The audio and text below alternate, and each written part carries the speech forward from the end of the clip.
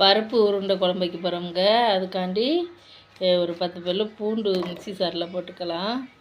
10 பல் சின்னமாக இருந்தால், இல்லைன்னா 6-7 பல். 1/2 மணி நேரம் கடலைப்பருப்பு 1 டம்ளர் எடுத்து ஊற வச்சுருக்கேன். 1 ஸ்பூன் சோம்பு, சிறிதளவு பட்டை, இத்தினோண்டு கல்பாசி இதெல்லாம் சேர்த்துக்கலாங்க. இதை ஃபஸ்ட்டு முணுக்கிடலாம். பூவும் சேர்த்துருக்குங்க. தேவைக்கப்போ உப்பு சேர்த்துக்கலாம். இதை முணுக்கிடலாம். இதையெல்லாம் அடிச்சுட்டு வந்தாச்சுங்க. இப்போ இதில் 2 வரமிளகா போட்டுக்கலாம். இந்த கடலைப்பருப்பும் பூண்டும் சேர்ந்ததை இதில் சேர்த்துக்கலாம். சேர்த்து அடிக்கணும். இந்த மாதிரி இதில் அடிச்சுட்டு வந்தாச்சுங்க. இதை ஒரு கிண்ணத்தில் சேர்த்துக்கலாம். குட்டி தேங்காய் திருகி இதில் சேர்த்துக்கலாங்க. பூவை இதில் சேர்த்துடலாங்க. உள்ள பிச்சு போட்டுக்கலாங்க. இந்த பெரிய வெங்காயம், பண்ணாரி வெங்காயம் ஒரு 4-5 வெட்டி போட்டுக்கலாம். இதையெல்லாம் நல்லா கலந்து உருண்டை பிடிச்சிக்கணுங்க. இதை வடையாகவும் தட்டி போட்டுடலாம். கோலா உருண்டை குழம்புக்கும் சேர்த்துக்கலாங்க. கொஞ்சம் பத்தலை சேர்த்துக்குவோம். சாரிங்க, கரண்ட் இல்லாதனால வெளிச்சம் பத்தலை. எண்ணெய் 2 ஸ்பூன் ஊற்றி வெந்தயம் சோம்பு பொரிய விட்டு கடுகு உளுந்தம் போட்டு பூண்டும் வெங்காயமும் வதங்குதுங்க. தக்காளி போட்டுடலாம். கொஞ்சமாக பெருங்காயத்தூளுங்க.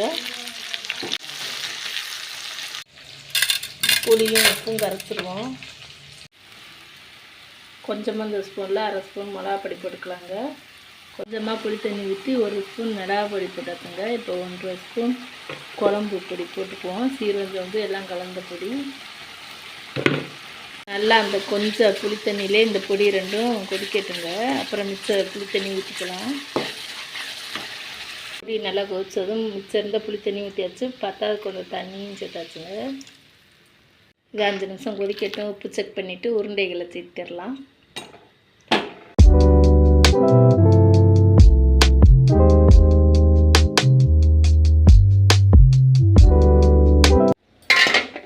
பாதி வடை செஞ்சாச்சு. மிச்சம் உருண்டைகள் வேக வச்சாச்சுங்க.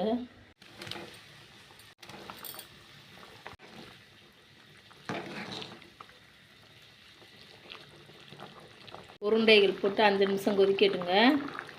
உருண்டைகள் போட்டு ஒரு 4-5 நிமிஷம் ஆச்சு. இப்போ இந்த தேங்காயை கொஞ்சம் சேர்த்துடலாம்.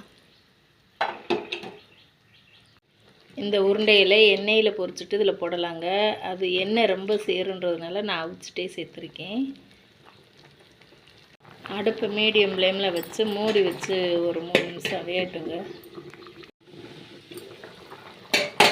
அருமையான பருப்பு உருண்டை குழம்பு ரெடி ஆயிடுச்சுங்க. அது கோலா உருண்டை குழம்பு.